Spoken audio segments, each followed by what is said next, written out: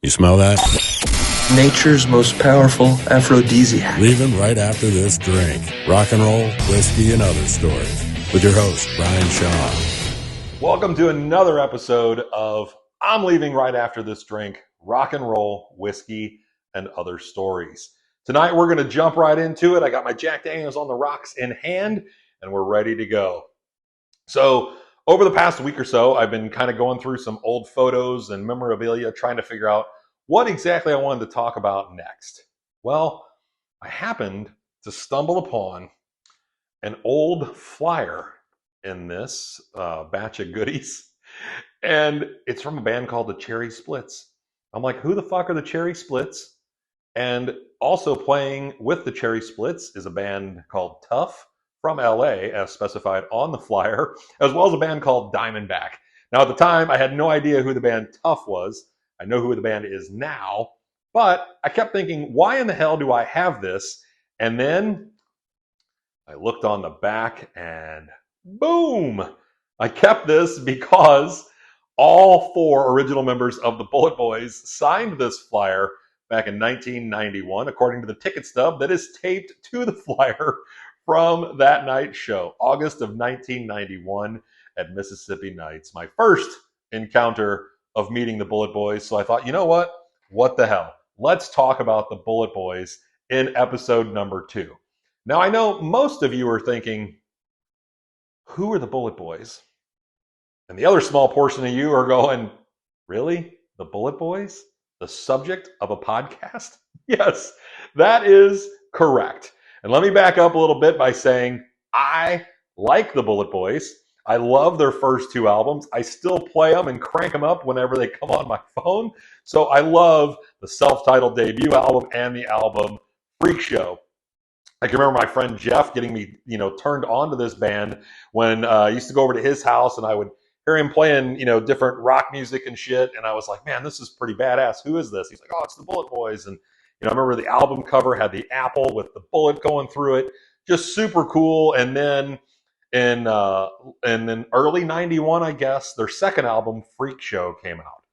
And when this album came out, I remember vaguely that my mom drove me to a Street Side Records in Hazelwood, Missouri to meet the band and have them sign my Freak Show album. And I'm pretty sure my mom did. I may have driven myself at that point, but I feel like I didn't have a license yet or something. I'm not really sure. But either way, thanks to Mom for either driving me over there or thanks for letting me drive from Granite City, Illinois to Hazelwood, Missouri, which was, I think, probably 25, 30 minutes. But that was pretty cool of her back in the day to do that for me. And so I meet them at this in-store. They signed my album. I'm like, man, that's pretty fucking cool. Guys were, nice guys, whatever. And I didn't get a chance to go to the show that night. But a few months later, back in St. Louis, headlining a show at Mississippi Nights. And let me just tell you a little bit about Mississippi Nights first and foremost. This little club in St. Louis that was right on the landing, right down from the Gateway Arch, was such a badass place to see bands. Super cool venue.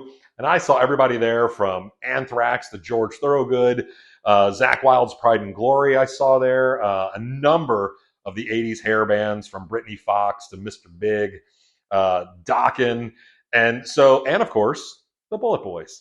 Hence the reason we're talking about the BulletBoys tonight. So this venue was an all-ages club, or at least for the most part. This show happened to be all ages.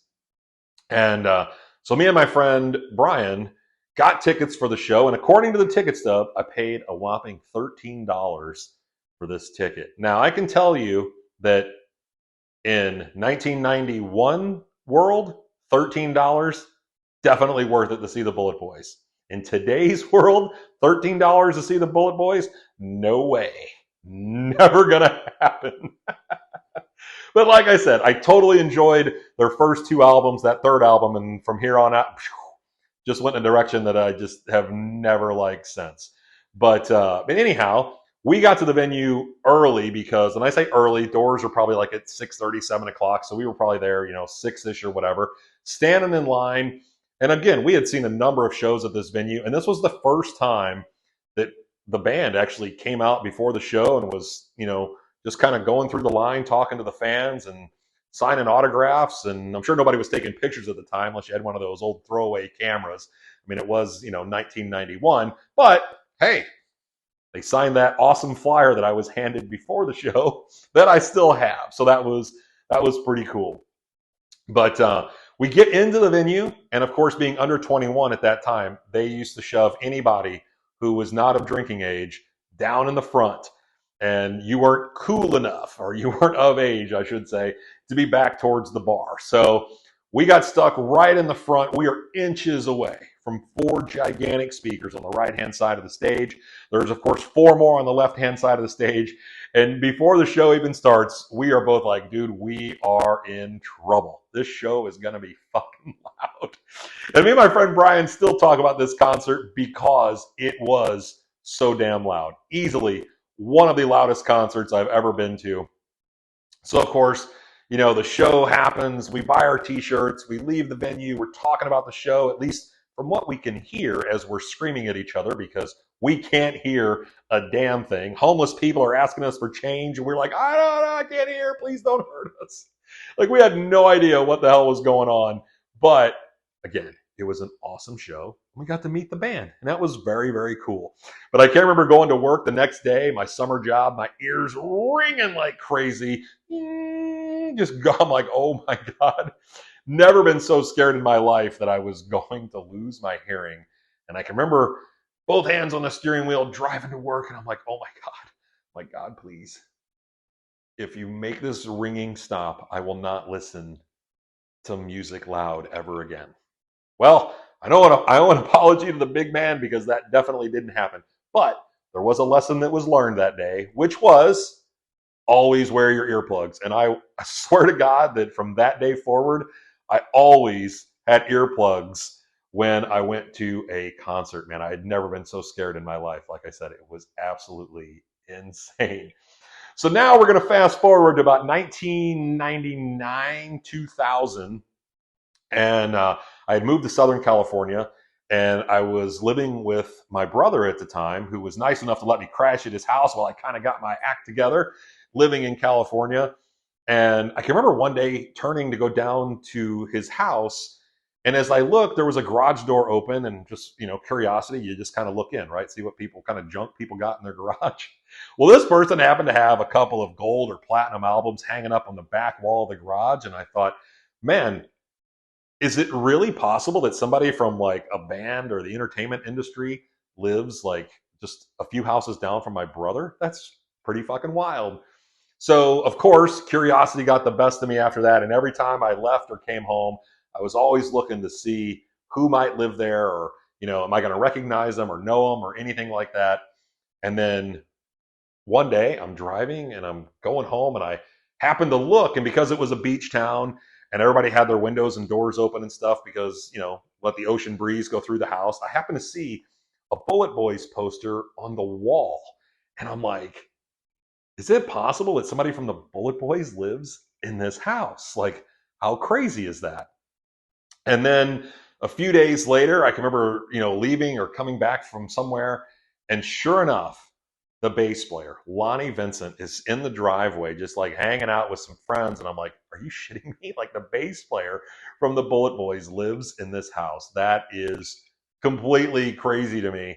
And then like a few days after that, next thing I know, the whole band is like playing catch football as I'm just like hanging outside my brother's house. And I'm like, dude, like 15-year-old me would think this is the coolest thing ever, that the BulletBoys are like right here in front of me. But 20-something-year-old me was like, yeah, this is, whatever.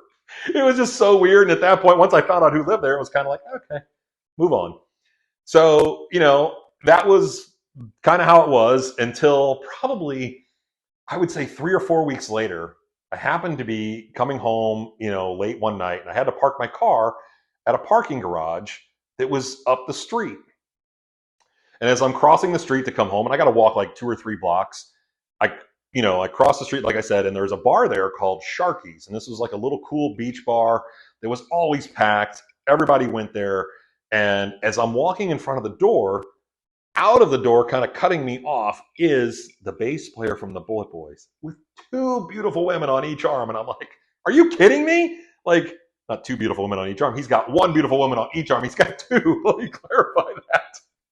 And I'm like, are you kidding me? Like a decade later, a decade after this band's heyday, this guy's still pulling in two women from a bar that he did not play at. Like, that's weird to me. And again, let me stress that nobody probably knew who the BulletBoys were in Manhattan Beach, California, other than this idiot right here.